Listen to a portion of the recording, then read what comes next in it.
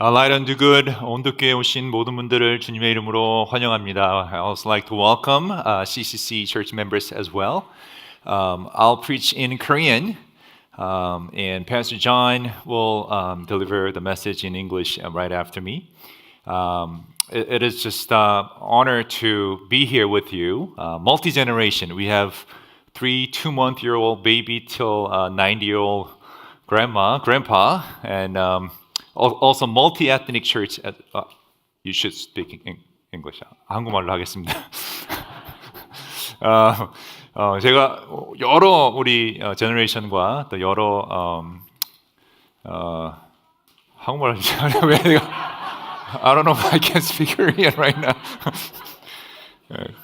그냥 원고대로 하겠습니다. I wish I can speak Spanish and Indonesian as well. I think we have multiple different language in this congregation right now, but I'll just speak in Korean, and hopefully the Holy Spirit can help you to understand in Korean.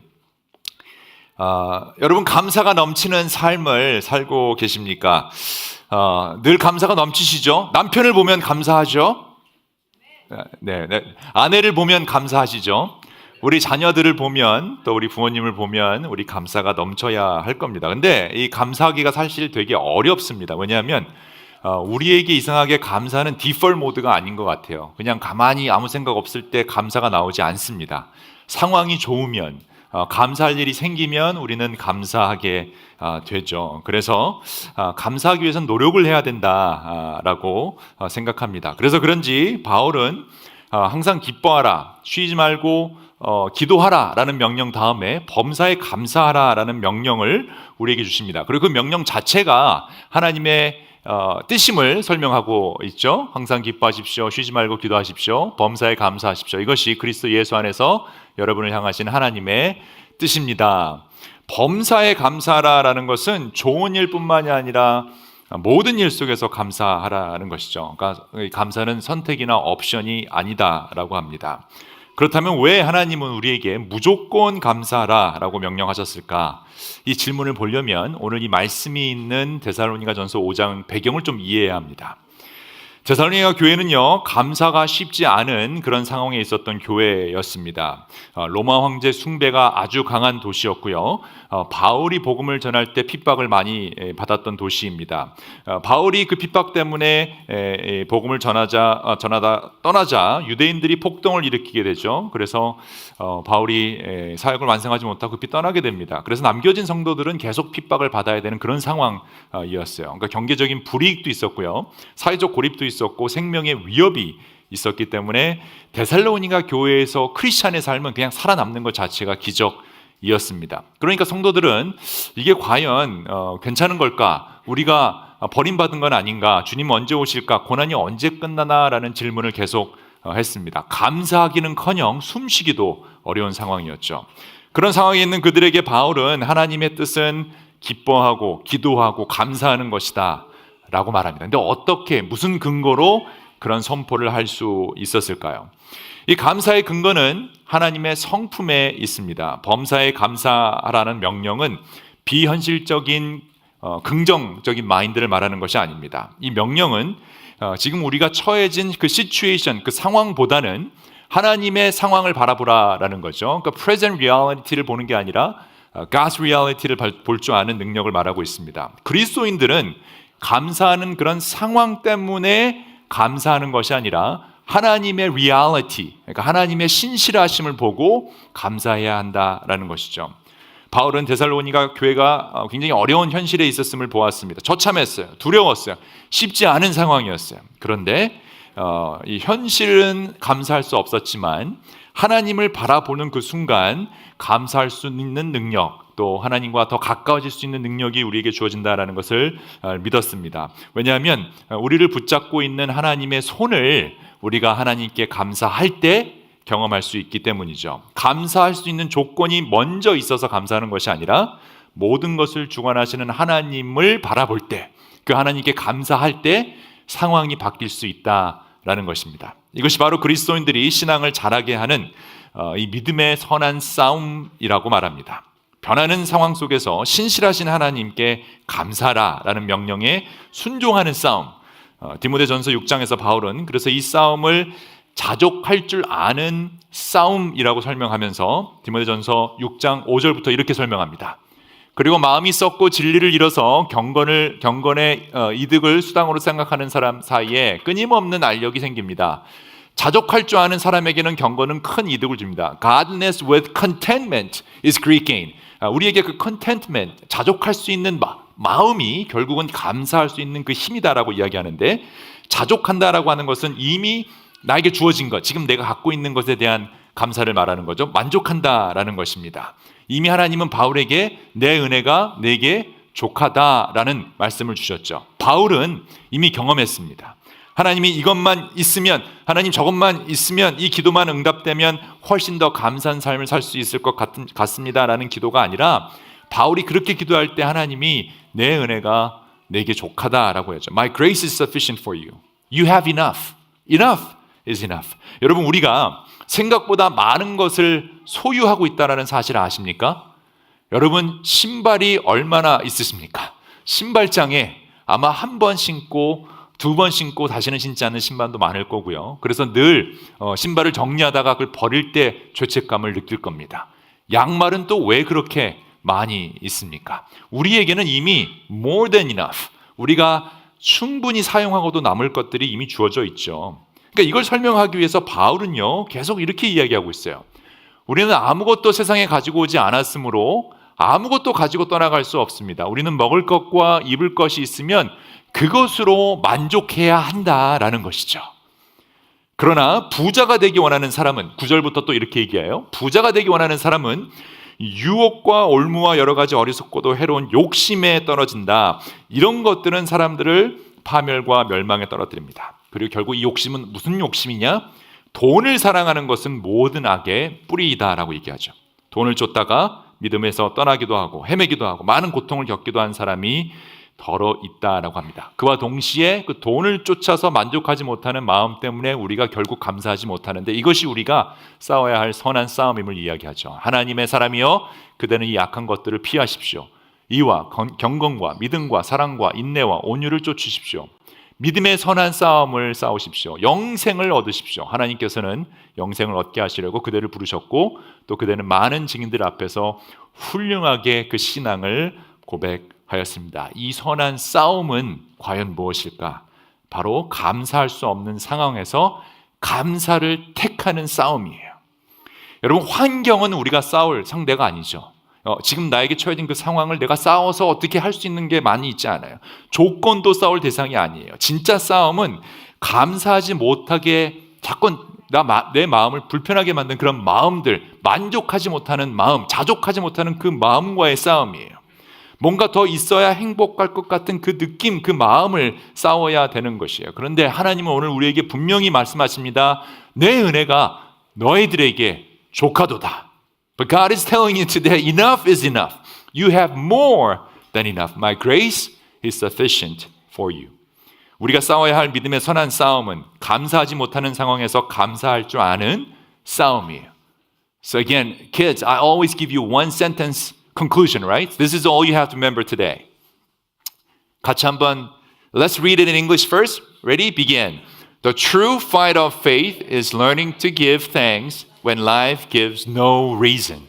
감사할 수 없을 때 하나님께 감사하는 것이 진짜 믿음의 싸움이라는 거예요. 우리가 보통 신앙의 싸움, 믿음의 싸움 그러면 사탄이 나타나서, 귀신 나타나서 예수 이름으로 물러가라 그러면 닥터 스트레인지처럼 무슨 파워가 나와서 이기는 그런 걸 생각하는데, 믿음의 선한 싸움이란 감사할 수 없을 때 감사할 줄 아는 그 싸움이라는 것이죠. 박해 가운데, 경제적 불안 가운데, 미래가 불투명한 현실 가운데, 억울함과 손해 속에서 감사를 선택하는 것, 그것이 우리가 가질 수 있는 강력한 영적인 무기라는 것입니다. 왜냐하면 감사는 영혼을 어둠에서 끌어올리고 욕망의 올무로에서 끊으며 하나님을 하나님으로 인정하는 믿음의 고백이기 때문이죠. 하나님이 이미 우리에게 많은 것을 주셨기 때문이죠. 그래서 바울이요, 이렇게 고백해요. 나는 만물에게 생명을 주시는 하나님 앞에, in the sight of God who gives life to everything, 본디오 빌라도에게 훌륭하게 증언하신 예수 그리스도 앞에서 그대에게 명령합니다. 그대는 우리 주 예수 그리스도께서 나타나실 때까지 그 계명을 지켜서 흠도 없고 책망받을 것도 없는 사람이 되십시오. 어떤 계명? 선한 믿음 싸움, 감사할 수 없는 상황에서 감사할 수 있는 그런 싸움, 자족할 수 있는 사람이 되는 것, 어떤 상황에서도 감사할 줄 아는 것, 아니 감사의 명령에 순종하는 사람이 되는 바로 그것. 그래서 부자들에게도 바울은 분명히 이렇게 선포하라고 가르칩니다. 그대는 이 세상 부자들에게 명령하여 교만해지지도 말고 덧없는 재물에 소망을 두지도 말고 오직 우리에게 모든 것을 풍성히 주셔서 즐기게 하시는 하나님께 소망을 두라라고 말씀하십니다. 또한 선을 행하고, 영어로 보면 command them to do good, light on, do good. 좋은 일을 많이 하고 to be rich in good deeds. 돈을 많이 모으는 부자가 되는 것이 아니라 선한 일을 많이 할 수 있는 부자가 되는 거죠. 아낌없이 베풀고 나눠주라고 하십시오. 그렇게 해서 앞날을 위하여 든든한 기초를 쌓아서 참된 생명을 얻으라 라고 하십시오. 말씀을 마치겠습니다. 우리가 싸워야 할 선한 믿음의 싸움은 어떤 싸움이라고요? 감사할 수 없는 상황에서 감사할 수 있는, 그게 진짜 믿음의 싸움이라는 것입니다. 이민 생활은 항상 부족함과 싸워야 합니다. 언어, 경제, 신분, 외로움, 차별, 이때 감사는 현실을 부정하는 것이 아니라 현실을 버티고 넘게 하는 하나님의 힘임을 여러분 믿으시길 바랍니다. 감사는 하나님은 지금도 내 삶에서 일하고 계신다라는 믿음을 붙게 하죠. 그래서 이민자의 영혼의 체력은 감사에서 나와요. 오늘 우리가 이 운동을 하면서 이 강경원 우리 형제님의 체육관에서 열심히 운동하신 분들 계시는데, 그 몸의 체력은 근육에서 온다라고 한다면 영의 체력은 감사함에서 오는 거예요. 또 우리 직장에서, 우리 일터에서 감사의 명령에 순종할 수 있어야 합니다. 직장은요 불공평할 수밖에 없어요.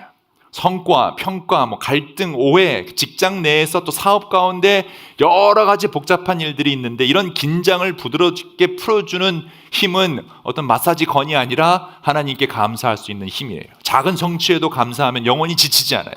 작은 친절에도 감사하면 그 관계가 무너지지 않아요. 하나님이 나를 이곳에, 이 직장에, 이 사업터에, 일터에 보내셨다라는 사실을 기억하면 우리는 다시 살아날 수 있다는 거죠. 감사가 없으면 직장은 그냥 버티는 곳이 될 수밖에 없지만, 감사가 있다면 그 사업터, 일터는 부르심의 자리가 될 수 있다는 것입니다.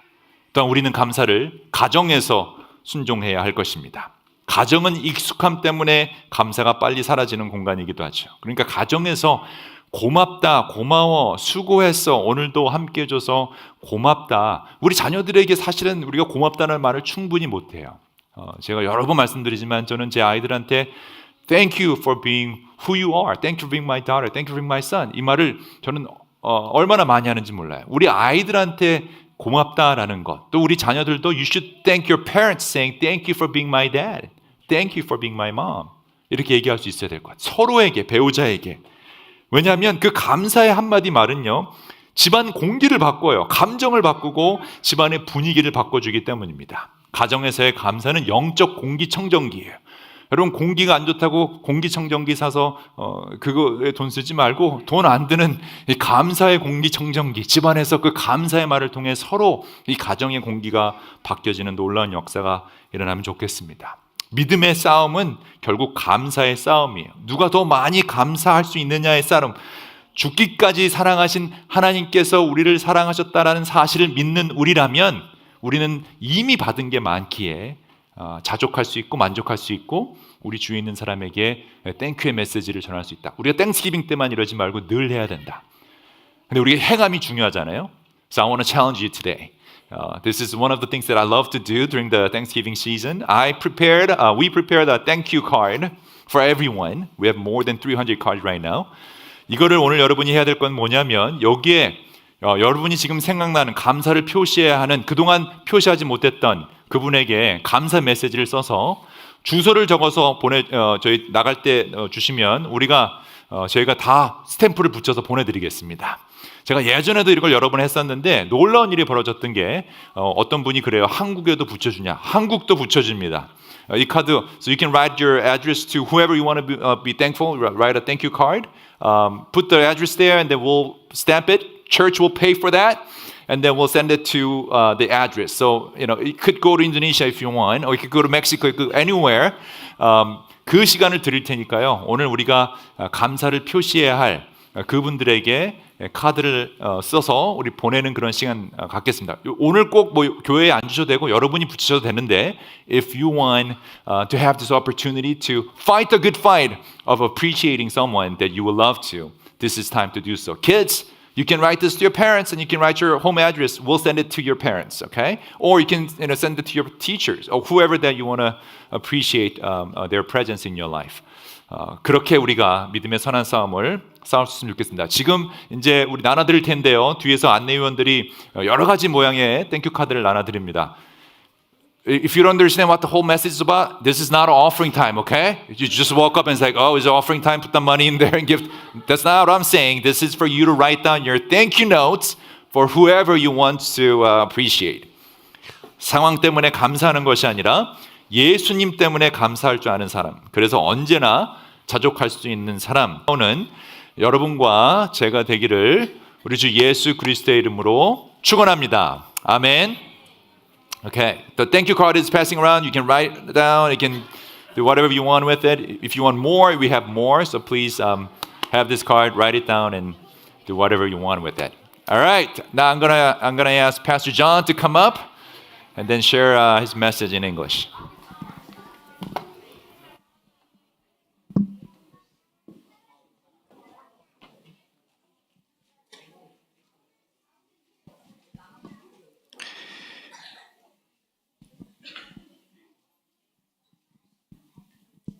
Can we give Pastor Drew a round of applause?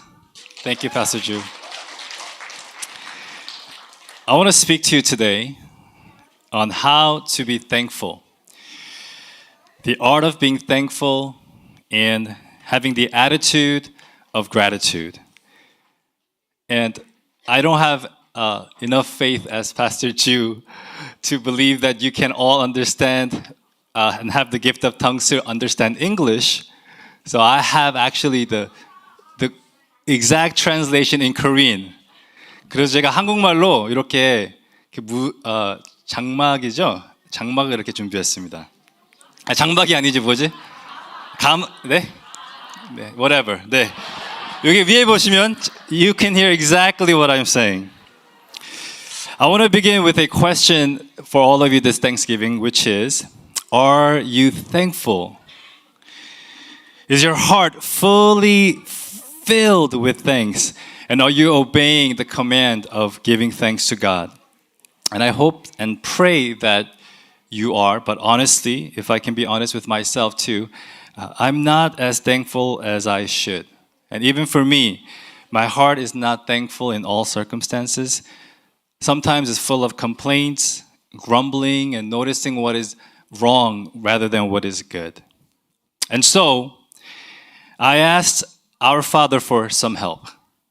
And this week, as I was preparing and studying for my message, I prayed, Lord, I want to be thankful.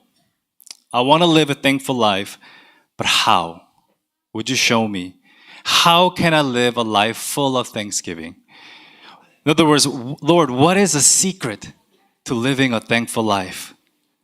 And by the grace of God, He showed me something this week that I've never noticed from the passage that was read for us today. He revealed to me the pathway to living a thankful life. And I realized it was quite simple.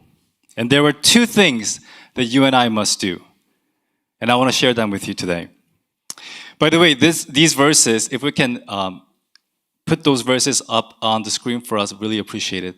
1 Thessalonians chapter 5, these verses, I love these verses so much that many years ago, I wanted not only memorize them, but I want to read them and see them every single day. So I printed out these small labels and I put them on my car. And I put in my mirror on the left, be joyful always. And then I printed out in the middle for my rear view mirror, pray continually. And then I printed out and I stuck it to my right rear mirror, give thanks in all circumstances. So that when I'm driving, every single day, I'm looking at my mirror left, to my right, and to my rearview mirror. I'm always seeing these three things. That's how much I love these verses. That's how much I wanted to get it in my heart and my spirit. And at the same time, when you're driving in New Jersey, you need to be thankful, you need to rejoice, and you better pray. Maybe that's why I had it. But this week, as I was asking God the Father, show me, how can I be thankful? And thankfully, He showed me. And I want to share that with you. He reminded me that if you want to live a thankful life, you must do these two things. Number one, rejoice always. And number two, pray continually. And it made so much sense to me. It was so simple that if you want to live a life heart full of thanks, these are the two things that will lead you there. Do them, and thanksgiving will naturally flow out of you. So here's the first one. How can I be a thankful person? How can I live a thankful life? Let's start with the first, rejoice. Can everyone say rejoice? Amen. Rejoice. Rejoice in all circumstances. That's right. Whenever things are bad, rejoice. When things are difficult, rejoice. In times of darkness, rejoice. In your lowest moments, rejoice. In difficulty, in problem, rejoice, rejoice, and rejoice. Why? Because there's always something good in every situation. There's a light in the darkness. In your best moments can come from your worst moments. A blessing can be found in a problem. But the only catch is that it's often hidden, and you have to look for it. You gotta search for it, but it's there. No matter what you're going through in life, no matter what problem is right before your eyes right now, I believe that when you look with intention, you will see a blessing in disguise. The Bible says all things work together for good for those who love God and are called according to His purposes. The blessing is often hidden, but when you search for it, it's there and you will find it. I remember about a year ago during Easter, the children's pastor set up this egg hunt at church. And they took these colorful plastic eggs and they hid them all around the church, especially in the second floor. And they let the kids loose and they were just out all around the church looking for these plastic eggs that were filled with prizes and candy. And best of all, there were these golden eggs. They were a little bit bigger and shinier. And there were only a few of them. And it was like when you found that golden egg, it was like finding the golden ticket.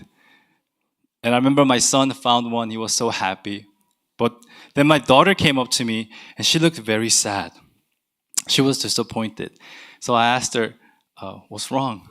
And she said, I'm looking for the golden egg, but I don't know where it is. Now, this is my confession time. So sorry, kids. But when my daughter asked me this, I actually knew where one of them was. Because I saw Pastor Andrew hide it in the sanctuary under this black thing that actually it was just like this. It opens up and he put it there and I saw it. So when my daughter came up to me, I said, you know, it might be up there somewhere. Why don't you go look? So she went, up there? Yeah, go up there. So she went up in the sanctuary. She's like, I don't see anything. Go a little bit this way. Okay, this way? Yes. I don't see anything. Why don't you look down? I don't see anything. What is that black thing? And then she opened it and she found the golden egg. And she was so happy. I'm sorry, kids. This is really my confession time. But the point is this.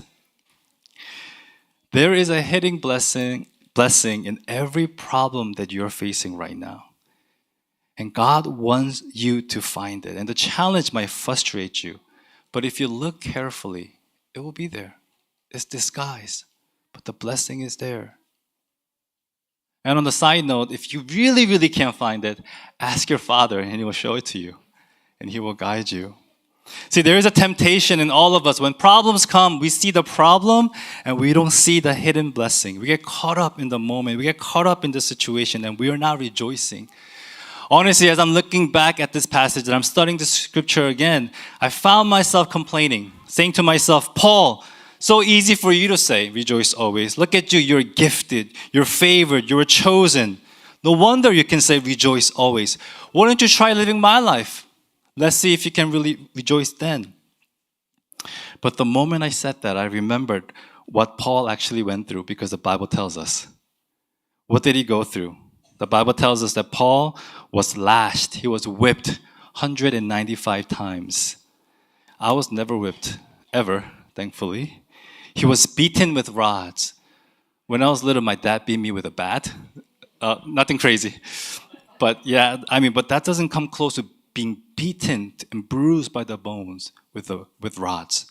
He was stoned and left for dead, jailed for preaching Christ, shipwrecked 3 times, hungry, thirsty, cold, and without shelter, betrayed and abandoned by co-workers, endured a personal thorn in the flesh all his life, lived under the constant threat of death, and martyred for his faith in Rome. How many of you would like to change places with Paul? I don't think any one of us. You see, Paul didn't rejoice because of his current situation. He rejoiced because of his position in Christ. In everything he went through, physical torture, emotional torture, spiritual torture, he found something. Everywhere he went, he found something. Who did he find? He found that hidden treasure. He found Christ. He found Jesus. And he was worth suffering for. That is why he can say, rejoice always. And that is why you and I, we can rejoice always. Because Jesus is always with us. Amen? Amen.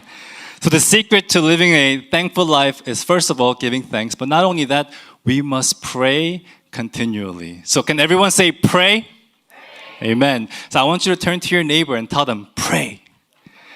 Okay, turn to the other person and say, pray. Okay, now say to yourself, pray. That's right, we need to pray. Did you ever stop to think that the reason your heart feels so empty, so dry, so thankless is because we are prayerless? Because when we are prayerless, we are thankless. But when we're prayerful, we're thankful. When you look at this verse in the NIV, it says pray continuously. But in the original, it actually says pray without ceasing. In other words, pray without stopping. Pray continuously. In other words, pray without interruption. And that's really insightful. Because whenever you decide to pray, and seriously, whenever you decide to pray, there will be an interruption. Something will come up. And I've been in ministry for maybe close to 20 years, and I've heard all the legitimate but also lame excuses of why people don't pray. They say, I am busy with work. Something came up. I have family duties. I'm too tired. There was an accident. I lost track of time. I forgot. I changed my mind. Even my dog ate my prayer. I've heard it all. And the list goes on and on. But I was able to sum it up in one thing. The greatest interruption to life when it comes to prayer is self. In other words, if you are serious about praying, if you're serious about living that thankful life, the key is to die to self in Christ and let Christ live in you. Death to self in Christ and Christ living in us is vital to our faith. It's vital to what we do and what we say and how we can live a thankful life. Especially today is so crucial because the deceptive spirit of today is this feel-good psychological message built on positive thinking, positive techniques taught by the world. It sounds so uplifting, doesn't it? But if you combine this uplifting message with a charismatic personality, a gifted speaker, you know what you get? Millions of followers and billions of dollars. But you know, even Satan is thanking God and rejoicing every day before the Lord. Do you know that? He thanks God every day. Thanking God, thank you God, I'm not in hell yet. Satan rejoices every day too. That every day Jesus delays his return, he's rejoicing. There's only one thing he cannot do, which is to die to self and let Christ live in him. There's nothing unique about rejoicing. There's nothing unique about giving gratitude. But what makes Christian thankfulness distinct? What makes Christian joy different? What makes Christian prayer unique is the source. The moment we came to Christ, believers and sisters, we died to Christ. We died in Christ, and now Christ lives in us. So the Apostle Paul declares, I have been crucified with Christ, and I no longer live, but Christ lives in me. The life I now live in the body, I live by faith in the Son of God who loved me and gave himself for me. Our source of thanksgiving is not me. It is not my strength. It is not my energy. It's not my passion. It's not my desire. The source of Christian thanksgiving is Christ in me. Amen? It's Christ living in us. You see, the world, it believes in self. That's called humanism. The world elevates self. The world worships self. It's all about self. But the Christian message is not that. The Christian message is we've died to self. We've died to me. I've died to myself in Christ. And we worship Jesus. We elevate Jesus. We praise Jesus. Friends and family, we are those who have died with Christ. We are those who have put the light on and we are doing good because Christ is our light and Christ has done good. We are those who are centered on Christ. We're Christ-centered. Whether we eat or drink, everything we do it for the glory of God. And because we've died with Christ, it is no longer us living. It is Christ who lives in us. Our strength, our hope, our dependence comes from God. And whenever we see this ugly self rear its head, what do? We acknowledge it. We confess it. We repent of it. And we turn back to Christ. Amen? This Thanksgiving summer, I want us to remember how to be thankful. 2 things. Rejoice and pray. Rejoice and pray. So, Pastor Ju just inspired me. I want you to remember this line for my message, which is this. When you make the choice to rejoice and without ceasing pray every day, you will develop an attitude of gratitude. Let me say that one more time. See, every day you make a choice to rejoice. And without stopping, without interruption, you pray every day. Then you're going to develop a lifestyle, an attitude of gratitude. See, this is the Holy Trinity of God's will for your life. Just as in Christ Jesus, Jesus rejoiced for the joy set before him, he endured the cross. Jesus prayed without ceasing. Even on the cross, he prayed, Father, forgive them. They don't know what they do. And Jesus gave thanks. He took the bread and he broke it and gave thanks to the Father and said, this is my body broken for you, my blood spilled for your forgiveness. Do you want to be thankful today? If you truly want to be thankful and you feel like there is a stoppage, something that is blocking you from giving thanks today, then try this. Please, I ask you, humbly try this. Rejoice always in Christ. Look for that hidden blessing in your problem that is in disguise. Pray without ceasing. You've died with Christ. Let Christ live in you. And then from your heart will flow this wellspring of life, overcoming all things and overflowing with thanksgiving. May you be blessed. Amen.